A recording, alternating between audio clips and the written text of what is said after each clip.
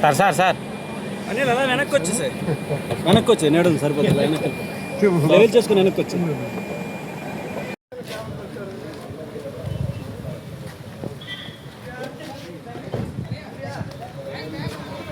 అలా వెనక్కి రండి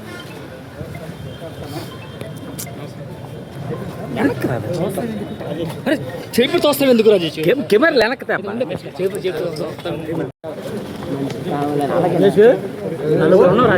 చేస్తుంటే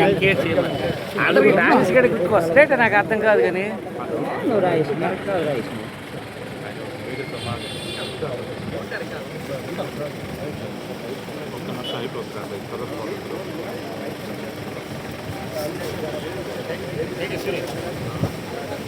ఇది పట్టుకోండి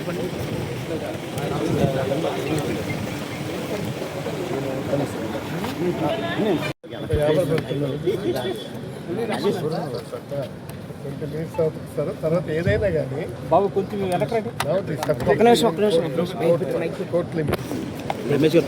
చెప్పాల్సిన అభిప్రాయం చెప్పండి అర్థం కదా ఇప్పుడు ఇది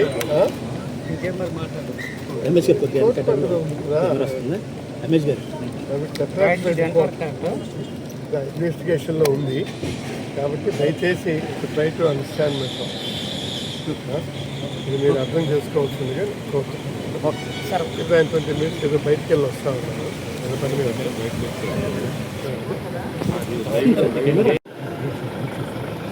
టైం పడుతుంది మరొక 1 hour పడుతుంది టైం పడుతుంది మరొక 1 hour పడుతుంది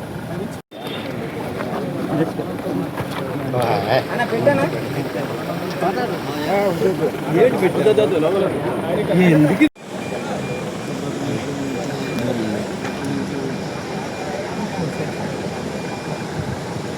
ఇది వెనక్కి పదండి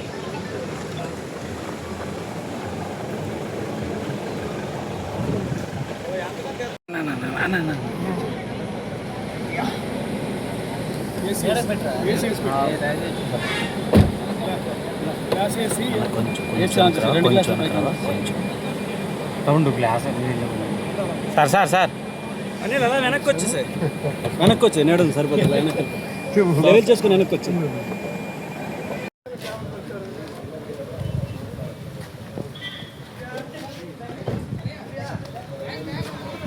అలా వెనక్కి రండి వెనక్కి రాదు చేపి తోస్తాం ఎందుకు రాజు కెమెరా వెనక్కి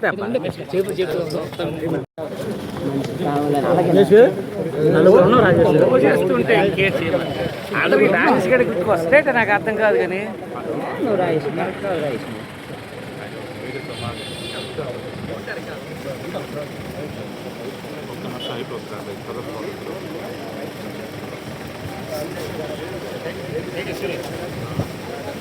ఇది పట్టుకోండి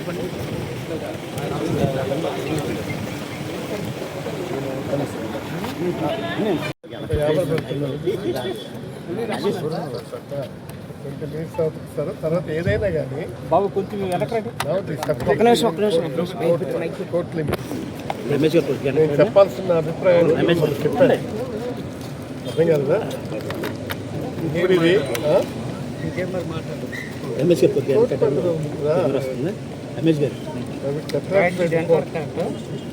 ఇన్వెస్టిగేషన్లో ఉంది కాబట్టి దయచేసి ట్రై టు అండర్స్టాండ్ మెథడ్ ఇది మీరు అర్థం చేసుకోవాల్సిందిగా కోరుతున్నాను. 20 minutes ఏదో బయటికి వెళ్ళి వస్తూ ఉన్నాను ఏదో పని మీద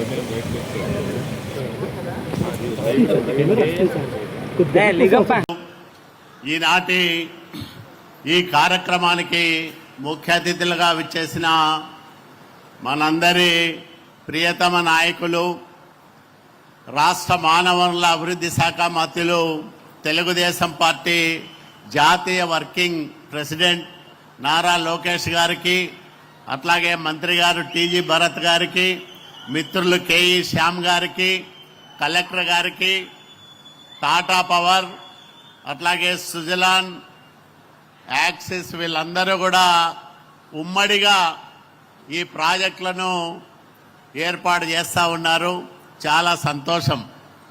ఒకప్పుడు ఈ ప్రాంతాలు అంటే బళ్ళారికి దగ్గరగా ఉండే ప్రాంతాలు నిత్యం కరువు కాటకాలతో విలవిల్లాడిపోయే పరిస్థితి ఉండేది. ఆలూరైనా, ఆదోనైనా, పత్తికొండైనా, ఇటువైపు గుంతకల్లైనా, ఉరవకొండైనా, రాయదుర్గమైనా ఈ బెల్ట్ అంతా కూడా కర్ణాటక రాష్ట్ర సరిహద్దుల్లో తీవ్రమైన ఆర్థిక ఇబ్బందులు ప్రజలకు, అట్లాగే కనీసం తాగేదానికి నీళ్లు లేని పరిస్థితి.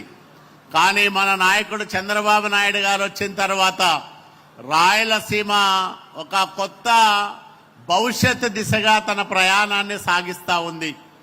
కియా లాంటి పరిశ్రమలకు అనంతపురాన్ని నెలవుగా చేసిన గొప్ప నాయకుడు నారా చంద్రబాబు నాయుడు గారైతే అంతర్జాతీయ ప్రమాణాలతో కలిగిన కార్ల తయారీ పరిశ్రమకు ఆయన అంకురార్పణ చేస్తే మొన్ననే 5th జనరేషన్ ఫైటర్ జెట్, మామూలుగా జెట్ స్పీడ్లో పోతా అన్నారు అని అంటారు కదా, అట్లా 30 రోజులు గడవక ముందే మన యువ నాయకుడు నారా లోకేష్ బాబు గారు అక్కడే పుట్టపర్తిలో 5th జనరేషన్ ఫైటర్ జెట్ల పరిశ్రమకు ఏర్పాటుకు నాంది పలికారు. అంటే ఒక నాయకుడికి తపన ఉండాలా, ప్రజలంటే బాధ్యత ఉండాలా, సమాజం పట్ల అవగాహన ఉండాలా. చిన్న వయసులో 3000 పైచిలుకు కిలోమీటర్ల పాదయాత్ర చేసి ప్రతి మనిషిని ఆయన మనసును తలుపు తట్టి అన్ని సమస్యలను కూడా తెలుసుకొని ఒక నిర్దిష్టమైన ప్రణాళికతో రాయలసీమకు ఉజ్వల భవిష్యత్తు ఇస్తానని కడపలో మాట ఇచ్చాడు. అడుగడుగున నెరవేరుస్తూ నిరూపిస్తా ఉన్నాడు మన నాయకుడు నారా లోకేష్ బాబు గారు. కాబట్టి ఇట్లాంటి నాయకులు ఉండడం మనందరం చేసుకున్న అదృష్టం. ఈరోజు 800 మెగావాట్ల సామర్థ్యంతో 2 విద్యుత్ ప్రాజెక్టులకు మనం అంకురార్పణ చేసుకుంటా ఉన్నాం. ఒకప్పుడు ఉమ్మడి ఆంధ్రప్రదేశ్ రాష్ట్రానికి చంద్రబాబు నాయుడు గారు ముఖ్యమంత్రి అయ్యే నాటికి 2 రాష్ట్రాలంటే అప్పట్లో కలిసి ఉండే 5600 మెగావాట్ల విద్యుత్ స్థాపక సామర్థ్యం ఉండేది ఉమ్మడి ఆంధ్రప్రదేశ్ రాష్ట్రానికి. కానీ ఇప్పుడు ఒక్క టాటా గ్రూపే రెన్యూవబుల్ ఎనర్జీ అంటే ఆకుపచ్చని గ్రీన్ ఎనర్జీతో 7000 మెగావాట్ల సామర్థ్యంతో ఆంధ్రప్రదేశ్ రాష్ట్రంలో ప్రాజెక్టులు చేపడతా ఉంది. నా నియోజకవర్గం రాయదుర్గంలో 7500 మెగావాట్ల స్థాపక సామర్థ్యంతో ఒక సెంట్రల్ ట్రాన్స్మిషన్ యూనిట్ ఏర్పాటు చేస్తా ఉన్నాడు మన నాయకుడు చంద్రబాబు నాయుడు గారు. అంటే ఉమ్మడి ఆంధ్రప్రదేశ్ రాష్ట్రంలో 60-70 సంవత్సరాలు స్వాతంత్రానికి పూర్వం నుంచి హైడ్రో గాని, థర్మల్ గాని రకరకాల విద్యుత్ ఉత్పత్తి సామర్థ్యం 5600 మెగావాట్ల మాత్రమే ఉంటే మన నాయకుడు 9 ఏళ్లలో దాన్ని దాదాపు 10,000 మెగావాట్ల సామర్థ్యానికి పెంచాడు. విద్యుత్ కొరతను అధిగమించడం ఎట్లాగో తెలిసిన ఏకైక నాయకుడు భారతదేశంలో చంద్రబాబు నాయుడు గారు మాత్రమే.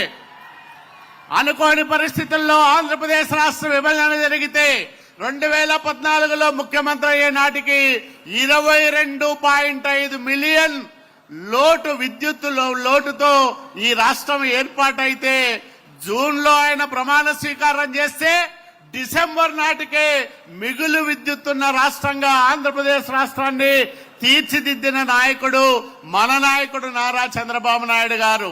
ఆయన రాయలసీమలో నీళ్లు వారిస్తా ఉన్నారు. మన యువ నాయకుడు నారా లోకేష్ బాబు గారు పెట్టుబడుల వరదలు సృష్టిస్తా ఉన్నాడు. భారతదేశానికి ₹1,00,000 పెట్టుబడి వస్తే 27,000 రూపాయలు ఒక్క ఆంధ్రప్రదేశ్ రాష్ట్రానికే వస్తా ఉంది. ఇది మామూలు వ్యవహారం కాదు. నేను ఎంపీగా పనిచేసే చిన్న వయసులో 35 సంవత్సరాల వయసులో నాకు తెలుసు ఒక రాష్ట్ర మంత్రి స్వయంగా విదేశీ పర్యటన చేయాలంటే చాలా కష్టం. అది కేంద్ర ప్రభుత్వం మాత్రమే చేసే పనులు. కానీ ఆంధ్రప్రదేశ్ రాష్ట్ర హెచ్ఆర్డి మంత్రి హోదాలో రష్యాలో పర్యటించిన మొదటి మంత్రి మన యువ నాయకుడు నారా లోకేష్ బాబు గారు. ఇదంతా కూడా మనకు గర్వకారణం. మొన్ననే దక్షిణ కొరియాకి వెళ్ళొచ్చాడు. మనం చూసాం రష్యా అంటే అదేదో యుద్ధ విమానాలు, అణు విద్యుత్ కేంద్రాలకు సహాయం చేసే దేశమని ఇన్నాళ్లు భావించాం. నేను కూడా 4.5 దశాబ్దాల కాలంగా రాజకీయాల్ని, సమాజాన్ని దగ్గరగా గమనిస్తా వస్తా ఉన్నా. రష్యా గురించి మాకున్న నాలెడ్జ్ అదే. కానీ రష్యాలో కూడా ఇతర రంగాల్లో పెట్టుబడులు పెట్టించే పారిశ్రామికవేత్తలని, సంస్థల్ని ఆంధ్రప్రదేశ్ రాష్ట్రానికి తీసుకురావచ్చని నిరూపణ చేసిన నాయకుడు మన యువ నాయకుడు నారా లోకేష్ బాబు గారు. కాబట్టి భారతదేశం 500 గిగావాట్ల సామర్థ్యంతో 5 సంవత్సరాల్లో ఈ రెన్యూవబుల్ ఎనర్జీని స్థాపించాలని లక్ష్యంగా పెట్టుకుంటే ప్రధాని నరేంద్ర మోడీ గారు, మన నాయకుడు నారా చంద్రబాబు నాయుడు గారు ఈ రాష్ట్రంలో 5 సంవత్సరాల కాలంలో 160 గిగావాట్ల సామర్థ్యంతో ఈ ఆకుపచ్చని విద్యుత్ ఉత్పత్తి జరగాలి ఆంధ్రప్రదేశ్ రాష్ట్రంలో. ఇది ప్రపంచానికే ఒక అతిపెద్ద విద్యుత్ ఉత్పత్తి కేంద్రంగా బాసిల్లాలి ఆంధ్రప్రదేశ్ రాష్ట్రమని భావిస్తూ ఆ రకంగా ప్రణాళికలతో ముందుకు వెళ్తున్న ఈ నాయకుల నాయకత్వంలో మనం పనిచేస్తున్నందుకు ప్రతి క్షణము గర్వపడాలా, ప్రతి రోజు చెప్పుకోవాలా, ప్రతి ఇంట్లోనూ చర్చ జరగాల. ప్రతి మనిషి జరుగుతున్న అభివృద్ధిని, ఈ అభివృద్ధి వెనకాల మన నాయకులు పడుతున్న శ్రమని, కష్టాన్ని మనం చెప్పుకోవాలని మీ అందరికీ మనవి చేసుకుంటూ, ఈ అవకాశం ఇచ్చిన పెద్దలందరికీ నమస్కారాలు తెలియజేసుకుంటూ సెలవు తీసుకుంటున్నా. Jai Hind. Thank you sir. కరతాళ ధ్వనులతో మీ వంతు అభిమానాన్ని తెలియజేయాల్సిందిగా కోరుకుంటున్నాం. Thank you very much.